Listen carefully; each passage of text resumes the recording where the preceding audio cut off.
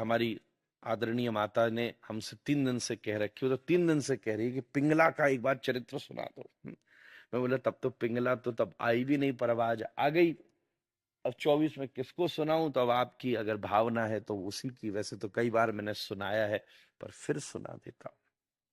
दत्तात्रेय की एक गुरु थी जिसका नाम था पिंगला। वो गणिका थी, नगर वधू जिसको बोलते थे। दत्तात्रेय एक बार जा रहे थे, देखा बहुत सारे लोग एक महल के कोठी जैसी है उसके बाहर खड़े हैं, पीछे का रास्ता था। तो दत्तात्रेय ने पूछा, भैया ये क्या है?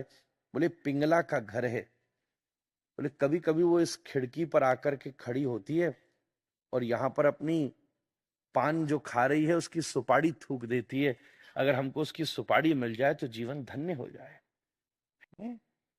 थोड़ा आगे बढ़े तो बड़े सारे लोग कैनवास लेकर के बैठे थे।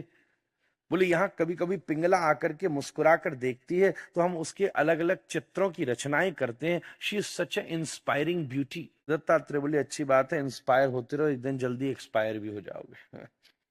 थोड़ा और आगे बढ़े तो बड़े बड़े दार्शनिक लोग बैठे थे। बोले उसकी शक्ल देखकर हम बड़े प्रभावित होते हैं तो कविताओं की रचना करते हैं, लिटरेचर लिखते हैं।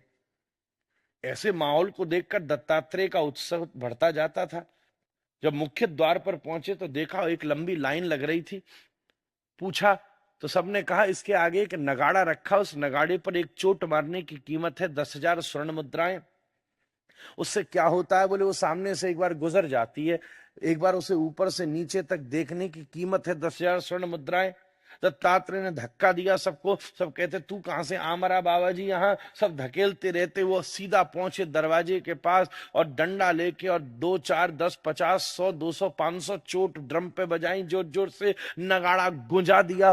पिंगला सो रही थी, चौंक कर उठी, अपनी दास दासियों को आज्ञा दी तुरंत सब व्यवस्थित करो। महाराज संगीतज्ञों को बुलाया, रंगमंडप तैयार करो, अपने आभूषणों को व्यवस्थित किया। लगता है आज कोई सामान्य राजा ने कोई चक्रवर्ती सम्राट आया है। ये सोच करके जब पिंगला बाहर निकली और ऊपर से नीचे तक उतर रही थी, तब महाराज दत्तात्रेय की दृष्टि पड़ी। वाह पितामह ब्रह्मा, आपकी भी कृति का क्या कहना। वही नाक, वही आंख, वही मुख, वही इस बात पर ऐसी फिट कर देते हो कि संपूर्ण ब्रह्मांड की अनुभूति, रस की अनुभूति एक केंद्र पर हो जाए। पिंगला चिल्लाती, क्योंकि उसने सोचा था बैठा होगा, पर उसके दरवाजे पे तो सबसे बड़ा भिक्षुक खड़ा था। ए बाबा जी क्या देखता है? क्या बार बार ताक रहा है? किसे इसे घुसने दिया? अरे इसको निकालो बाहर, क्या घूरे जा रहा है? तुझे पता है इस नगाड़े पर एक चोट मारने की कीमत है 10,000 स्वर्ण मुद्राएं। दत्तात्रेय बोले देवी मैं इतना दे सकता हूं जितने को देखकर तुझे उल्टियां होने लगे। चुटकी बजाई दत्तात्रेय ने, आसमान से सोना बरसने लगा। ये खन्न खन्न की आवाज सुनकर बाहर अफरा तफरी मच गई। ये सोना बरस रहा है, सब हतप्रभ हो गए। पिंगला देखकर पहचानी, बाबा मैं पहचान न सकी आपको, मुझसे भूल हो गई। बताइए मैं आपका कैसे मनोरंजन करूं?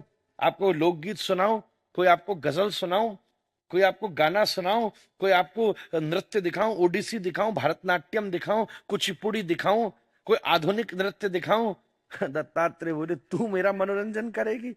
तू मुझे नाच कर दिखाएगी? इधर आ, देख मेरे रोम रोम में उर्वशी नाच रही है, तिलोत्तमा नाच रही है, मेनका नाच रही है, सब्यसाची नाच रही है, पूर्व चित्ती नाच रही है। पर मैं नाचते हुए शरीरों को नहीं देखता, क्योंकि एक दिन मैंने नाचते हुए कृष्ण को देख लिया था। मुझे इनकी कोई आवश्यकता नहीं। आज तक पिंगला को ऐसा सपाक जवाब किसी ने नहीं दिया था। उसके एक एक बालों से, सिर के ऊपर से गिरे हुए एक एक केश के ऊपर लोगों को लुंठित होते देखा था। पर आज एक कूड़े के भांति उसके रूप लावण्य सौंदर्य सौमनस्य को एक और फेंकने वाला एक दिग्गज महापुरुष उसके द्वार पर खड़ा था।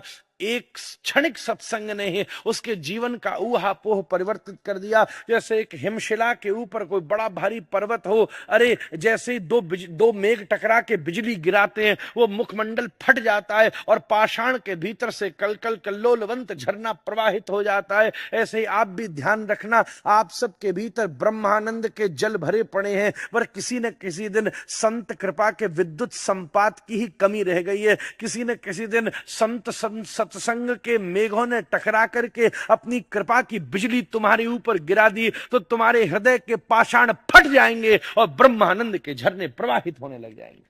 पिंगला उसी समय दौड़ी, नदी के तट पर गई। नापित को बुला करके कहा मेरे केशों को उतार दो। बोले केश ही तो तेरा रूप है। बोले केश नहीं है, नागपाश है, जिन्हें न जाने जिसमें मैंने कितने पुरुषों के पुरुषार्थों को बांध रखा था। एक झीनी सी साड़ी पड़ोसी के यहाँ काम करके 2 रुपया कमा करके साड़ी ले आई और तुरंत साड़ी पहन करके दत्तात्रेय के सामने खड़ी हो गई। हे महात्मा, मैं आपको पहचान न सकी, पर अब सब कुछ ऊपर की लेपों का, प्रलेपों का, आलेपों का, विलेपों का, संपूर्ण का परित्याग करके एक निस्यंदनीय रूप में मैं आपके सामने आकर के खड़ी हो गई हूं। हे गुरुदेव, मुझे अधिकारी बना। जैसे ही दोनों बाहर चले, लोगों ने पत्थर मारने शुरू कर दिए। बाबा ले चला बेश्या को, बाबा ले चला बेश्या को। पत्थर जाके इसके माथे के ऊपर पड़ा, रक्त बहने लगा। पिंगला इतनी शांत थी, ये वो महिला थी, जब चलती थी तो बड़े बड़े केवड़ों के जलों को, पुष्पों को, फूलों को, सबको बिछा दिया जाता था। आज तक इसने एक कष्ट न सहा था, पर आज इसके माथे के ऊपर, और अगर कोई हल्का सा कष्ट दे देता तो राजा महाराजा उस व्यक्ति को बड़े बड़े प्राणदंड दे देते थे। पर आज इसका माथा फूट गया, पर इसके बाद भी इसके चेहरे की मुस्कुराहट में कमी ना आई। दत्तात्रेय समझ गए कि ये एक झटके में जहां बड़े बड़े प्रयासों से नहीं पहुंचा जा सकता। मैं एक बात आपसे कहूं, तुम चलोगे तो जाने में बहुत समय लगेगा।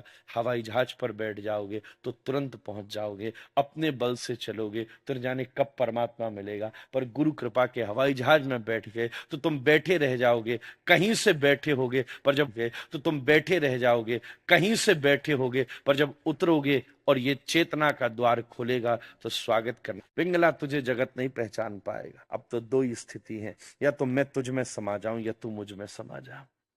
पिंगला बोली, मेरे शरीर में तुम्हें धारण करने की सामर्थ्य नहीं है गुरुदेव, आप ही मुझे धारण करो। ऐसा कह पिंगला ने चरणों में किया प्रणाम। ही मुझे धारण करो, ऐसा कह पिंगला ने चरणों में किया प्रणाम। दंडवत लेट गई। सारा जगत खड़ा था।